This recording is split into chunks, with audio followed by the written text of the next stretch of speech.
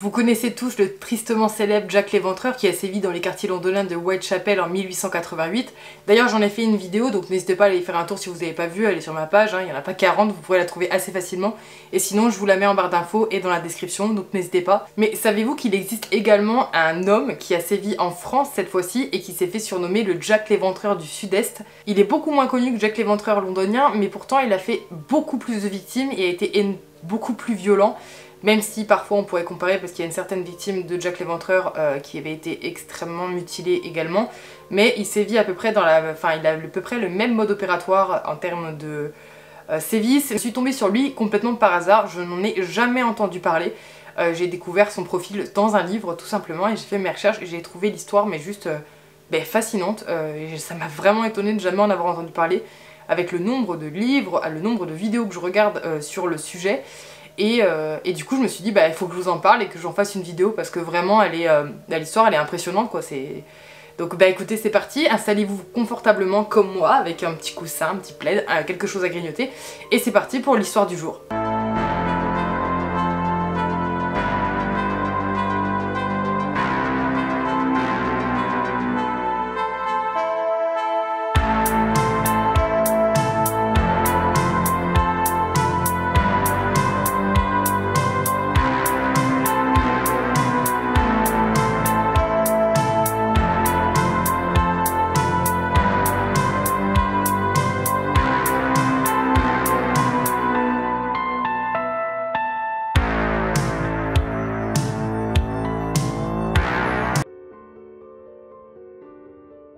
Donc c'est entre 1884 et 1887 que des meurtres vont être commis dans le sud-est de la France, avec une violence inouïe. À ce moment-là, personne va relier les crimes entre eux et on va revenir sur ça après et savoir, pour comprendre pourquoi justement, personne n'a relié les crimes tout simplement. Le mode opératoire observé est continuellement le même.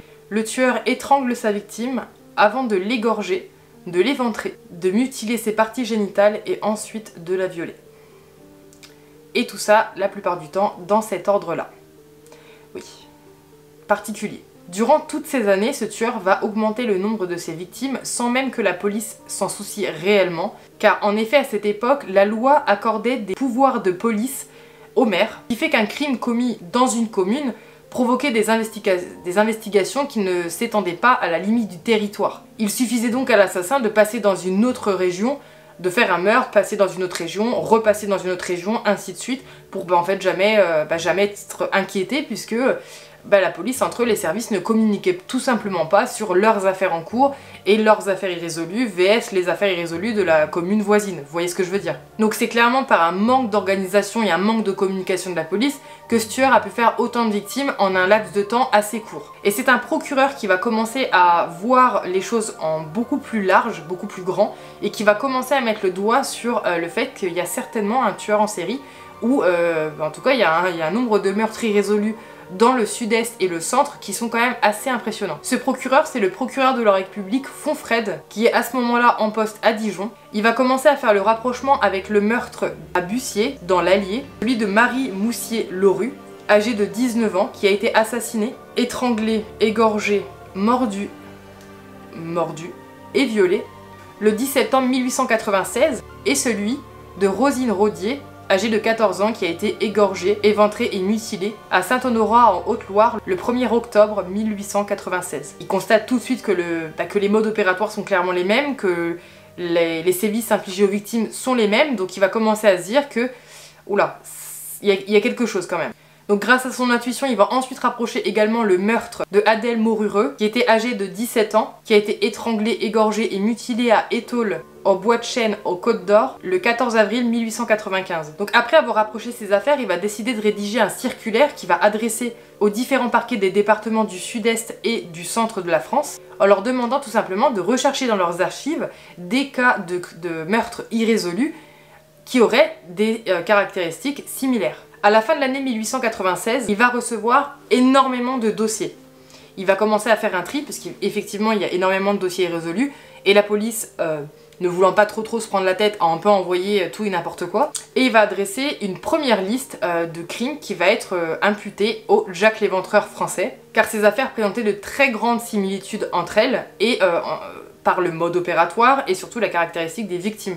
Très souvent c'était des bergères âgées entre l'adolescence, la sortie de l'adolescence à très jeune adulte, mais après on va voir que l'âge des victimes au final il y avait une grande fourchette. Dans cette liste là il va y avoir, je vais vous citer les noms des différents meurtres de cette liste. Donc on va avoir le meurtre de Olympe Buisson qui est âgé de 9 ans, donc là on n'est plus dans l'adolescence, on est bien avant, qui a été égorgé, éventré et mutilé le 9 septembre 1890 à Varassieux dans l'Isère. On a évidemment le meurtre de Adèle Morureux, qu'on a vu juste avant. Le meurtre d'une personne de 58 ans, Madame Morand, qui a été étranglée, éventrée et violée. À Bénonce, dans l'Ain, le 1er septembre 1895. Le meurtre de Pierre Massot-Pellet, âgé seulement de 14 ans, égorgé, éventré et violé à Saint-Étienne de Boulogne en Ardèche, le 29 septembre 1895. Celui de Victor Portalier, âgé de 16 ans, qui a été égorgé, éventré et mutilé à Bénonce dans l'Ain le 1er septembre 1895. Celui de Marie Moussier-Lorue, qu'on a vu juste avant. Et celui de Rosine Rodier, puisque également c'était un des meurtres que le procureur avait rassemblé dès le début. Le procureur à ce moment-là, il était horrifié par le nombre de cas irrésolus qu'il y avait dans les contrées alentours, mais également la violence des faits. Parce qu'on rappelle que la plupart des victimes ont été étranglées certes, mais égorgées, mutilées, éventrées. Et parfois, là je vous ai pas détaillé les meurtres, il y en a un que je vous détaillerai un peu plus tard, et vous allez voir à quel point c'était extrêmement violent. Et vraiment mais sanguinaire. Mais pour lui, ça pouvait pas être l'œuvre d'une seule personne. Il s'est pas dit tout de suite qu'il y avait un tueur en série qui rôdait, mais plutôt qu'il y avait une série de crimes commis par des vagabonds, parce qu'à l'époque, il y a eu une hausse des vagabonds en France pour plein de raisons différentes, et il y en avait des dizaines de milliers, et c'était en général des personnes assez violentes.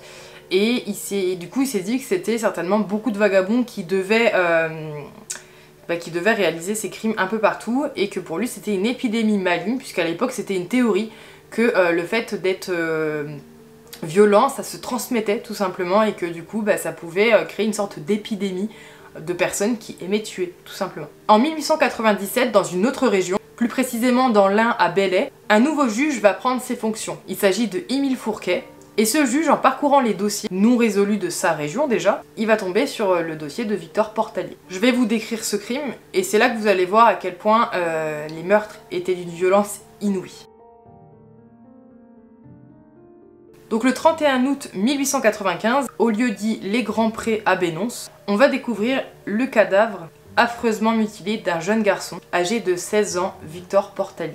Vers 1h de l'après-midi, il avait quitté le domicile de son maître, le sieur Berger, cultivateur au hameau d'Aglas, pour conduire le bétail tout simplement au pâturage.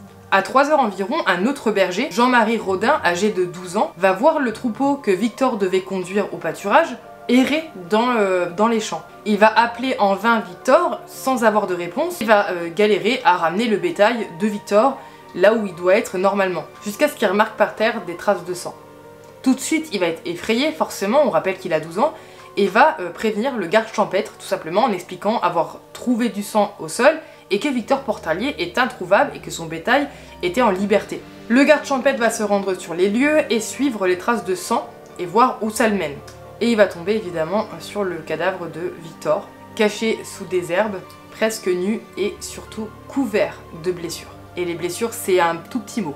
Une énorme plaie s'étend de l'extrémité inférieure du sternum jusqu'au pubis. Vous imaginez la taille de la plaie. Ça ouvrait entièrement son ventre, laissant sortir ses entrailles. Donc les intestins, ils s'en échappaient et ils se répandaient partout sur son abdomen et sur sa cuisse. Une autre blessure avait ouvert l'estomac du jeune homme et les restes de nourriture et d'autres choses s'écoulaient un peu partout à côté de lui. Le thorax se présentait 3 blessures, dont une de 6 cm de longueur pour 3 de largeur. Il avait 3 autres blessures au niveau du cou. L'une d'elles, longue de 3 cm et large de 4, avait sectionné la carotide. C'était un vrai bain de sang.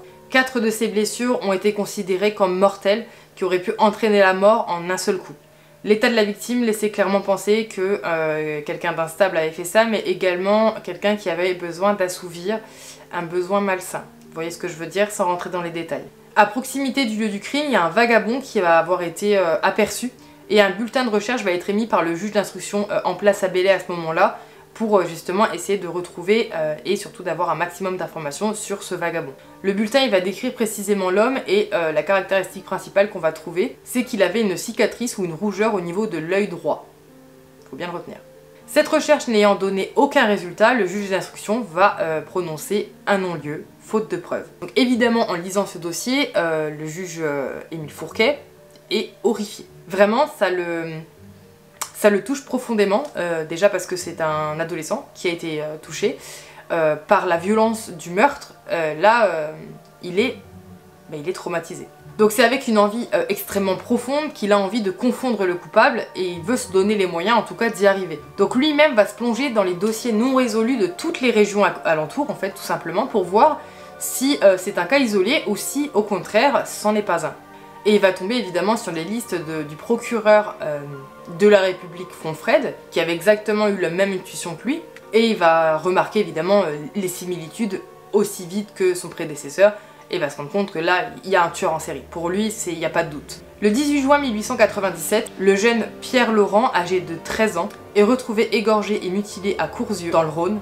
Tout de suite, le juge Émile Fourquet demande le rapport d'autopsie. Et va très vite conclure que ce crime a été réalisé par la même personne qui a tué Victor Portalier juste avant. Et c'est à ce moment-là qu'il s'est promis de tout faire pour le coincer.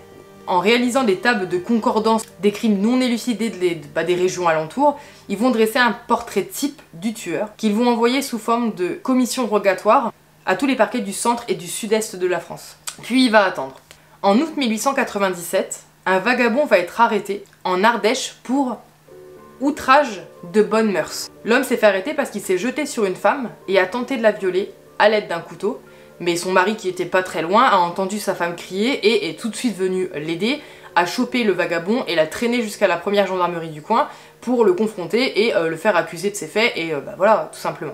Le vagabond fut condamné à seulement 3 mois de prison, c'est très peu mais il n'a pas eu le temps de faire grand chose, et le juge d'instruction locale remarqua des belles similitudes par rapport à la commission rogatoire qu'il avait reçue peu de temps avant, et surtout au portrait type du tueur qui sévissait dans les régions voisines. Cet homme qui vient d'être arrêté s'appelle Joseph Vacher et s'apprête à entrer dans l'histoire criminelle française.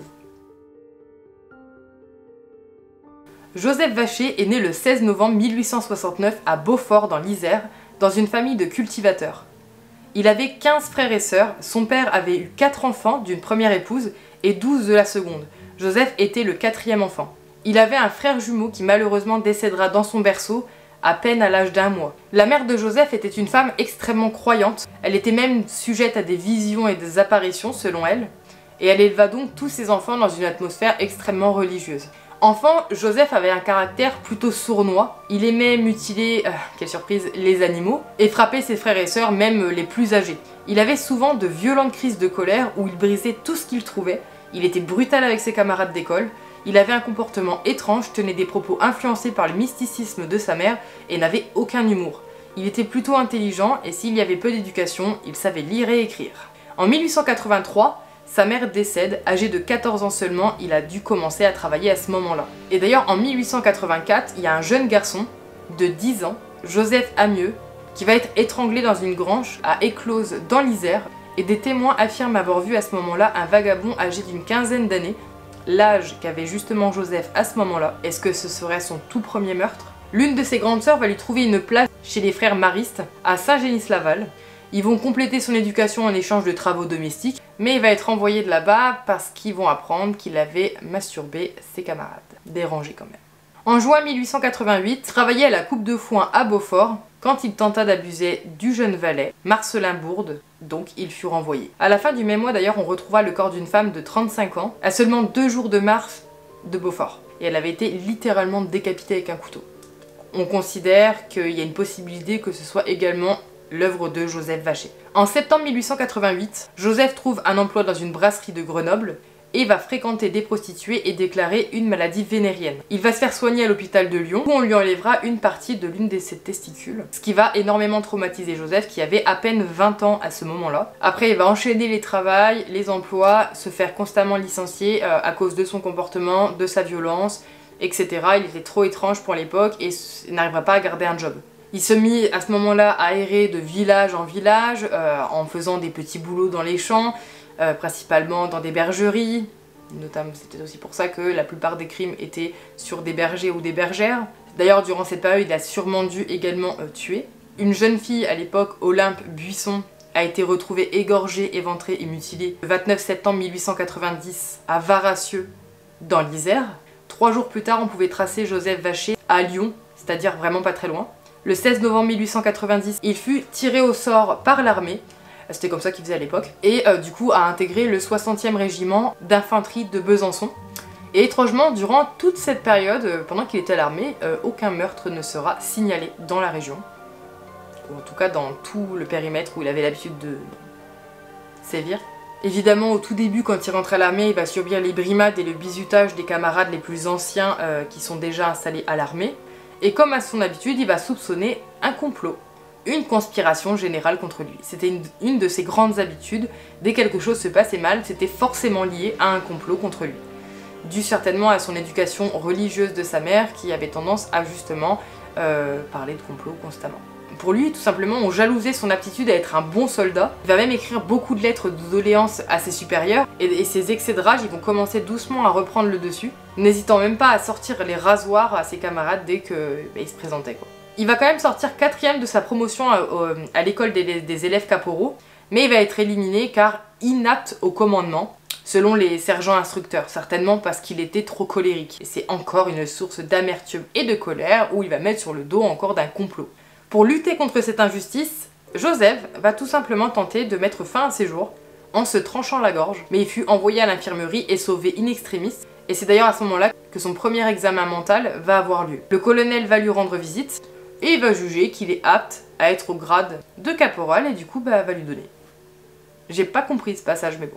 Je suis pas dans l'armée, je sais pas comment ça se passe. Donc il va lui accorder le galon, il va se montrer exemplaire, il a une certaine aptitude au commandement, bien qu'un poil autoritaire, on s'en doute, et va vite rapidement monter en grade jusqu'à devenir sergent dans l'armée, Joseph Vacher, donc c'est quand même pas rien. Mais il va changer de compagnie, et les personnes qui vont être dans cette nouvelle compagnie, il va pas du tout s'entendre avec eux. Et encore une fois, vu qu'il s'entend pas avec eux, c'est forcément lié à un complot, il l'aime pas parce qu'il est trop bon dans ce qu'il fait, les gens sont jaloux, etc., etc., vous connaissez la chanson. Donc quelques jours plus tard, après son arrivée, et bien qu'est-ce qu'il va faire? Il va essayer de, encore une fois, mettre fin à ses jours en sautant par la fenêtre. À ce moment-là, l'armée lui offre des congés pour qu'il se repose en disant « Allez, stop, rentre chez toi, va te reposer ». Et à ce moment-là, côté personnel, il fréquentait une femme, Louise Baran, il était avec elle, il était content, amoureux, etc. Sauf que c'était pas réciproque, Louise Baran est tombée amoureuse d'un autre soldat et elle décide de le quitter pour l'autre soldat. Quand Joseph l'a appris, il est devenu fou de rage. D'après les témoignages, il bavait, il hurlait partout, parce qu'à ce moment-là, il était encore en poste à l'armée, il n'était pas encore en congé. Et il menaçait ses collègues, enfin ses camarades avec sa baïonnette. Quand il a eu son congé, il a décidé de rejoindre Louise Baran et de la persuader de se marier avec lui. Lui qui n'avait pas compris qu'elle n'était pas amoureuse de lui mais d'un autre, mais il ne voulait rien entendre, il fallait qu'elle se marie avec lui, il n'avait pas le choix, si elle voulait pas c'était un complot. C'est donc le 25 juin 1893, dans la ville de Baume-les-Dames, dans le Doubs, que Louise, à son plus grand malheur, refusa la foi de trop. Alors c'en était trop pour Joseph qui tenta de la tuer avec une arme à feu en tirant 3 balles vers elle. Alors je sais pas comment ils sont formés à l'armée, mais a priori ils ne savaient pas tirer puisque les 3 balles ne l'atteigneront pas du tout. Genre aucune des balles ne l'atteindra. Et ensuite Joseph a retourné l'arme contre lui et s'est tiré une balle. Et cet acte, il va marquer un tournant dans la vie de Joseph Vacher parce que oui, il n'est pas mort, c'est évident, sinon on n'en ferait pas une vidéo. Car évidemment son nid est un échec, mais il est bien à demi-mort, au sens propre comme au sens figuré. Joseph Vacher va garder de très lourdes séquelles de cet incident. D'abord une surdité complète de l'oreille droite. L'une des balles s'est logée dans le rocher, l'os qui enveloppe l'oreille interne. Et ça va faire une plaie purulente qui va dégouliner du pus en continu et dégager de très mauvaises odeurs. Il va avoir une paralysie du nerf facial droit et avoir un œil droit fixe et injecté de sang. Ça vous rappelle rien? Le portrait qu'on a vu juste avant, il précisait que le tueur, en tout cas le vagabond qui avait été repéré sur certaines scènes de crime, avait un œil injecté de sang. Voilà, voilà. C'est ça en fait qui a fait que quand il a été arrêté, le juge s'est dit il y a un truc, ça ressemble. Le visage de Joseph Vacher va donc présenter après le 25 juin une asymétrie faciale très nette et très reconnaissable. Cette défiguration va compliquer davantage ses relations sociales, vous imaginez, parce que, encore une fois, sa blessure dégageait une très mauvaise odeur, donc les gens le prenaient vraiment pour un déchet. Et il avait développé une sorte de rictus non volontaire, en fait, et c'était caractéristique de sa personne, et ça créait des moqueries dès que les gens le voyaient, Et voilà, vraiment, il se moquait de lui tout le temps. Alors déjà qu'il était sujet à croire que tout le monde en avait après lui, bah là c'était encore pire quoi. Donc ça a accentué ses problèmes mentaux. À la sortie de l'hôpital, dès qu'il sort de l'hôpital après s'être fait soigner comme il peut les blessures qui s'étaient infligées après le refus catégorique de Louise Baran, il va être interné dans l'hôpital psychiatrique de Dole en juillet pour observation et il va être définitivement réformé de l'armée à ce moment-là, par congé le 2 août pour troubles psychiques caractérisés par des idées de persécution. Voilà la raison du motif du renvoi en fait de l'armée de Joseph Vacher. Évidemment, pendant ce temps-là, il y a une information pour tentative d'homicide qui est ouverte contre lui. Hein. Faut pas oublier qu'il a quand même essayé de tuer Louise Baran, il l'a pas réussi mais il en avait la volonté. Le médecin adjoint de l'asile dans lequel il est enfermé à ce moment-là va être contacté par le juge d'instruction qui est en charge de l'affaire. Il va demander en fait tout simplement qu'est-ce qu'il en pense, est-ce qu'il est responsable mentalement, enfin qu'est-ce qu'il en est. Le 12 septembre, un rapport portant sur l'état mental de Joseph Vacher va être rendu et il va être déclaré atteint d'aliénation mentale caractérisée par le délire des persécutions. Et pour lui, il est irresponsable de ses actes. Il est complètement fou. Donc l'instruction pour tentative d'homicide avec préméditation est arrêtée par le juge qui va rendre une ordonnance de non-lieu le 16 septembre 1893. Et du coup, il va être interné 6 mois de plus à l'asile de Dole, Joseph Vacher. Il va être transféré comme aliéné dangereux à l'asile de Saint-Robert en Isère le 21 décembre 1893. C'est 4 mois plus tard que l'erreur que tant de psychiatres redoutent va être commise. Joseph Vacher est libéré le 1er avril 1894 avec un certificat de guérison complète. Ils ont été rapides à le guérir. Hein. C'est à ce moment-là que Joseph Vacher va commencer sa vie de cheminot, donc de vagabond, en travaillant ici et là, voilà, il n'a plus de but réel, donc là vraiment il est vagabond total. Le 19 mai 1994, soit 49 jours seulement après sa sortie de l'asile, il est à Beaurepaire, en Isère, où il va assassiner et mutiler Émilie Delhomme, qui est âgée de 21 ans à l'époque. Le 20 novembre, à Vidauban, dans le Var, il égorge et mutile Louise Marcel, âgée de seulement 13 ans. À Étaules, en Côte d'Or, le 12 mai 1895, il égorge Augustine Mortureux, âgée de 17 ans, puis la même année, le 24 août, il égorge et viole une femme âgée de 58 ans à Saint-Ours, en Savoie, et une semaine plus tard, il commet un nouveau forfait dans l'Isère. Là, vous voyez à quel point il se déchaîne. À peine sorti de l'asile, il était guéri complètement, il se déchaîne. Les crimes de Vacher sont d'autant plus abominables qu'ils sont perpétrés dans des circonstances, on parle de mutilation des parties génitales, lacération, d'éventration, qui suscitent à leur découverte une forte réprobation morale. Son mode opératoire est répétitif et typique de lui-même. Ces victimes sont généralement de jeunes bergères ou bergères isolées, elles sont attaquées par surprise, étranglées, égorgées, éventrées, mutilées sexuellement. Le cadavre est déplacé pour être caché, certaines femmes ont été violées après le décès. Donc ça crée l'horreur en fait dès que c'est découvert. C'est donc le 4 août 1897 que Joseph se fait arrêter en flagrant délit sur la colline de Champis. Il s'attaquait à une femme de 27 ans. Après cette ultime agression, le rapprochement est fait entre le signalement de Vacher et celui du vagabond recherché dans le crime de Bénonce, celui de Victor Portalier. Condamné à 3 mois de prison pour tentative de viol, Vacher est transféré à la maison d'arrêt de Tournon, à celle de Belley, dans l'Ain, où le juge Émile Fourquet, qui a obtenu la réouverture de l'instruction de l'affaire Portalier, et du coup après, donc là on parle de l'arrestation quand il a tenté justement d'agresser la femme et que son mari est intervenu, il a été condamné à 3 mois de prison et en fait à sa sortie, lui qui se croyait libre, il va être tout simplement transféré vers le juge Émile Fourquet pour qu'il puisse l'interroger. Et le premier interrogatoire entre Émile Fourquet et Joseph Vacher va avoir lieu le 10 septembre 1897 et il va le questionner sur ses déplacements et ce qu'il fait depuis qu'il a quitté l'armée en 1893. Au début, le juge va pas la jouer frontale, c'est-à-dire qu'il va expliquer à Joseph Vacher qu'il l'interroge non pas pour des affaires de crime, mais parce qu'il écrit un livre sur les vagabonds et qu'il avait besoin de lui pour le rédiger et d'avoir des informations complémentaires puisque lui-même était un vagabond.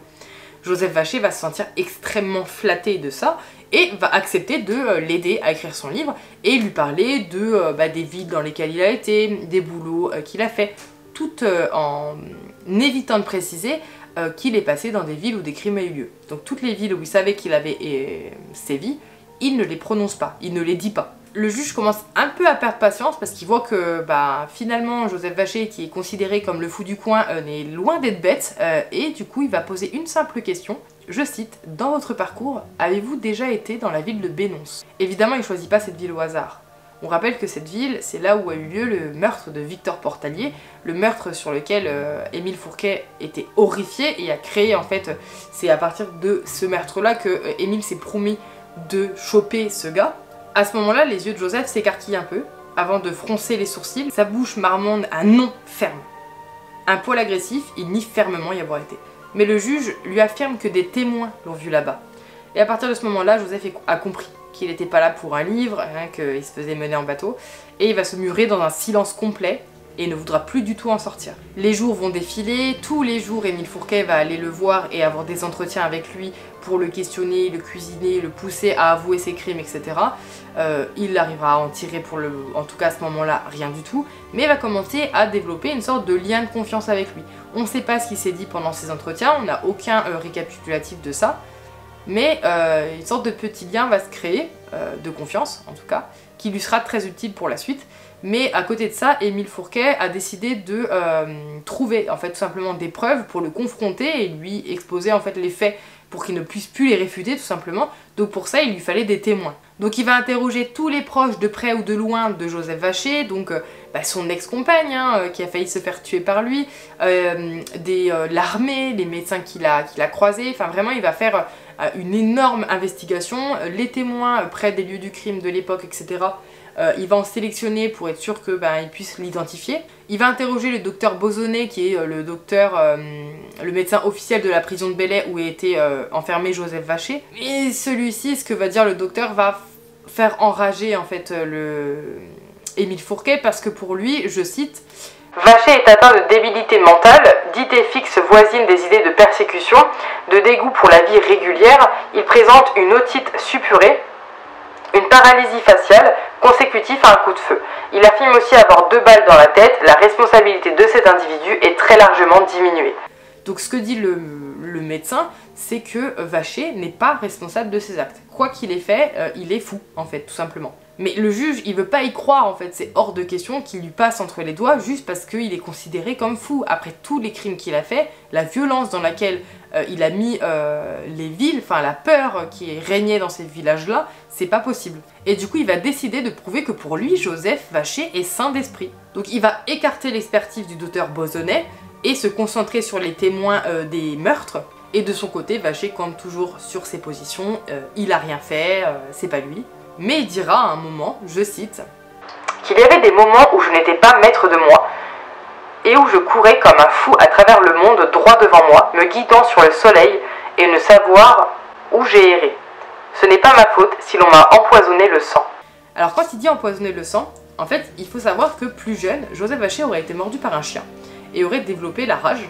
Et bon, il a été soigné, etc. Mais pour lui, ça aurait empoisonné son sang mauvais. Enfin, il est devenu mauvais à partir de ça. Pour lui, tout est lié à ça. Complot, complot, complot, vous savez. Et d'ailleurs, il dira, Joseph Vacher, je cite de nouveau, « D'abord, rien ne prouve que je ne me serais tué, et puis, oseriez-vous prétendre que je suis responsable de ce que je fais? J'ai été mordu dans ma jeunesse par un chien enragé, et maintenant que j'y réfléchis, je me demande si ce ne sont pas les remèdes que l'on m'a administrés, alors pour éviter la rage, qui ont fait de moi ce que je suis. » Donc si c'est pas le chien, c'est les médicaments maintenant. Donc alors que l'étau se resserre au fil des confrontations avec les témoins de l'affaire Portalier, Vacher écrit à ses parents et à ses frères et sœurs, provoquant ses actes en mettant en envergure cette morsure mal soignée. Enfin, le 9 octobre, Joseph Vacher va livrer ses premiers aveux au juge Fourquet, promettant plus de détails en échange de la publication de la missive dans le petit journal, le Lion républicain, qui lit régulièrement d'ailleurs, le Progrès de Lyon et la Croix. Le juge transmet cette demande au procureur général près de la cour d'appel de Lyon.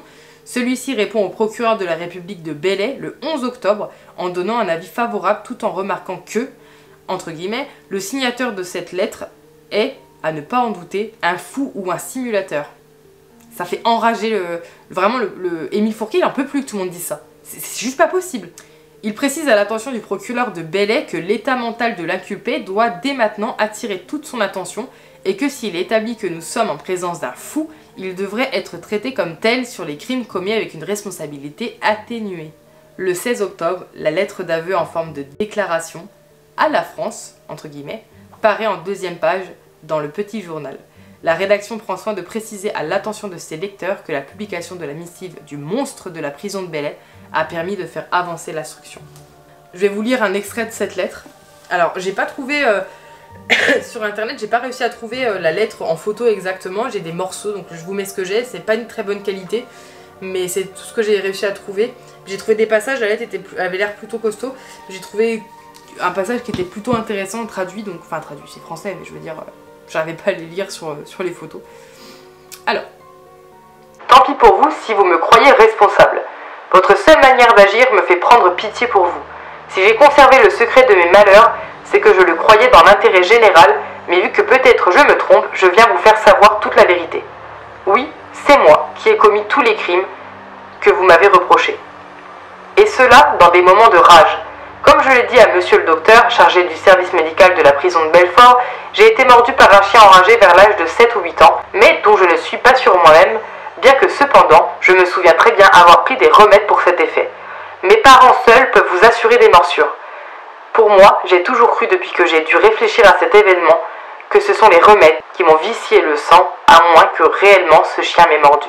Encore une fois, il avoue à demi-mot ses crimes, mais encore il le met sur le compte encore d'un complot en fait, parce que là il exprime très clairement dans sa lettre que pour lui, il a été mordu, que si c'est pas la morsure du chien qui a causé ces troubles mentaux, c'est les remèdes, ce sont les remèdes qui lui ont été administrés, enfin, c'est toujours une autre raison, c'est pas lui.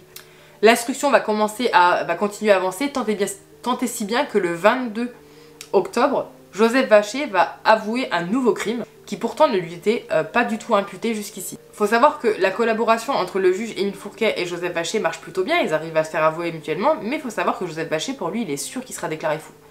En fait, avec tous les témoignages de médecins, etc., il est sûr que de toute façon, il échappera à la peine de mort, il ira en analyse psychiatrique, en fait. Enfin, il est persuadé de ça.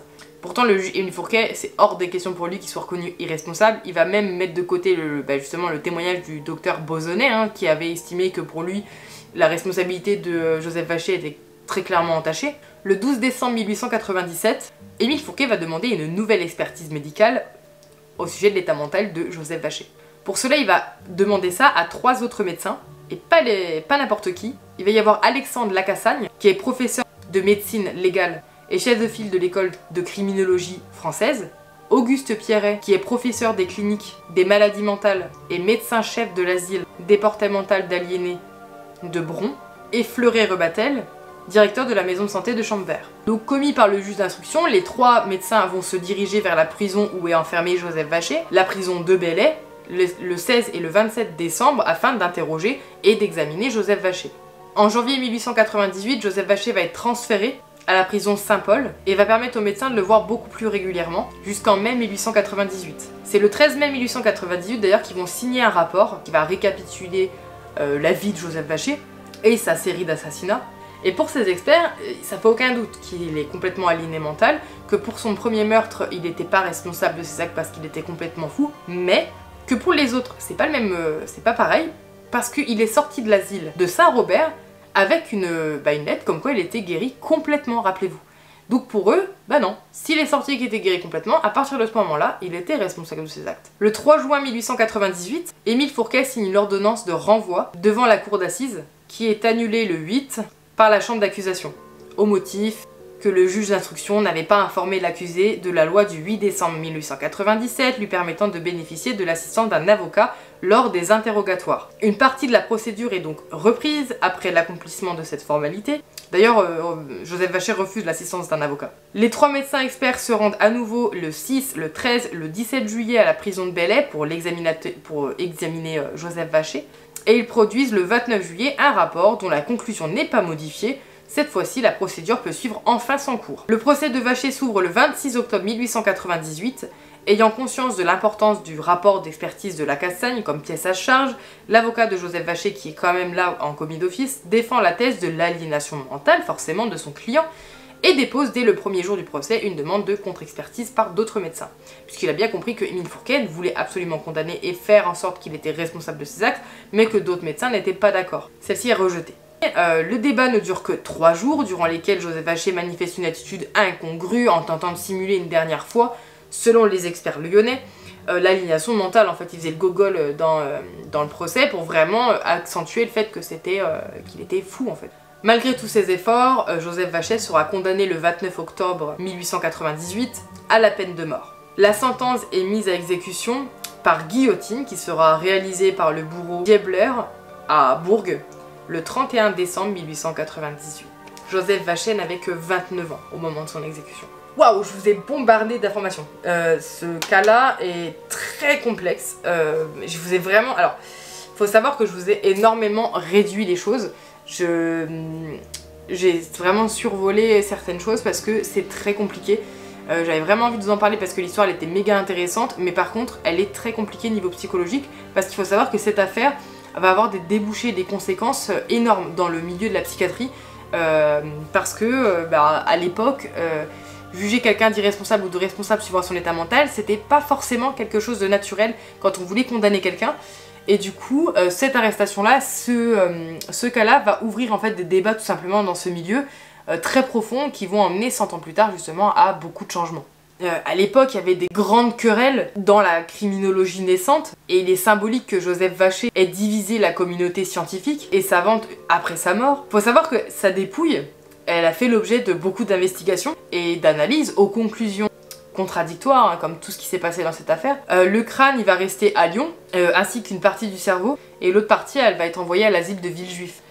Ils vont se disputer un peu les restes, un peu comme ça a fait aussi avec Jeffrey Dahmer, où il y a eu des discussions concernant si son cerveau pouvait pas être analysé. Celui de Joseph Vachet également, puisque ça a ouvert énormément de débats. Mais pour résumer un peu l'affaire, parce que vraiment je vous l'ai dégrossi, hein, j'aime bien faire ça dans mes vidéos, j'essaye de rentrer dans des détails sans trop rentrer dedans, parce que ça peut vite être très dense en fait. C'est une vidéo qui est dense, celle-ci, je trouve, en information, beaucoup de dates, beaucoup de noms, beaucoup de crimes.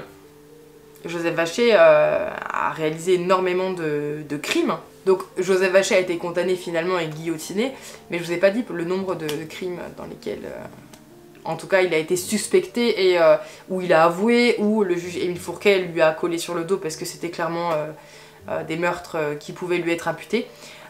En tout, il y aurait 30 victimes de Joseph Vachet, sans compter toutes les tentatives de meurtre, toutes les tentatives de viol et de vol qu'il a ratées. Il y en a beaucoup. Donc il a été extrêmement prolifique, hein. C'est pour ça que ça m'étonne de ne pas en avoir entendu parler avant. D'ailleurs, je l'ai connu grâce à ça, ce livre-là. Si vous aimez, honnêtement, si vous aimez les tueurs en série, enfin, si vous aimez, c'est un grand mot, mais si vous vous intéressez, il est génial. C'est 41 portraits de tueurs en série. Et en fait, je me suis appuyée dessus et sur évidemment des recherches que j'ai fait en ligne. Et il y a un livre aussi que le juge Émile Fourquet a écrit, où j'ai pu un peu parcourir son livre en même temps pour avoir des informations complémentaires, puisque le livre n'apportait pas certaines informations, mais je trouve qu'il est très bien fait. Vous pouvez vraiment retrouver tout ce qui... Enfin, vraiment, il est top si vous voulez. Vraiment, il est chouette. Voilà. Donc je me suis appuyée principalement sur ce livre-là et sur d'autres choses que, sur internet, mais vraiment, vous avez une liste incroyable de victimes. Donc voilà, c'est tout pour l'histoire de Joseph Vachet, le Jack l'Éventreur du Sud-Est. J'espère que cette vidéo vous aura plu, qu'elle vous aura intéressé. Dites-moi si vous connaissiez ou pas Joseph Vachet et ce thème avant ma vidéo. J'ai pas regardé sur YouTube s'il y avait d'autres vidéos de faites, mais je vous avoue que je regarde pas forcément avant de faire une vidéo. Je sais qu'il y a certains tueurs en série qui ont déjà été faits et je pense que j'éviterai de les faire parce que ça a été vu et revu. Mais j'essaie d'apporter des affaires qui sont pas trop connues, mais voilà, et forcément ça va se croiser, hein. Il y a beaucoup de personnes qui font ça. Et même moi je suis très consommatrice de ce genre de vidéos, hein. On va pas se leurrer. Mais j'espère que vous aurez appris des choses, que vous aurez aimé cette vidéo. Donc si c'est le cas, n'hésitez pas à me le dire en commentaire, ça me ferait vraiment super plaisir. Et au-delà de ça, n'hésitez pas à vous abonner, à activer la petite cloche et pour ne pas louper les prochaines. Je poste une vidéo chaque lundi à 19 h, donc n'hésitez pas. Et sur ce, écoutez, je vous dis adieu et à lundi prochain pour la prochaine vidéo. Adieu.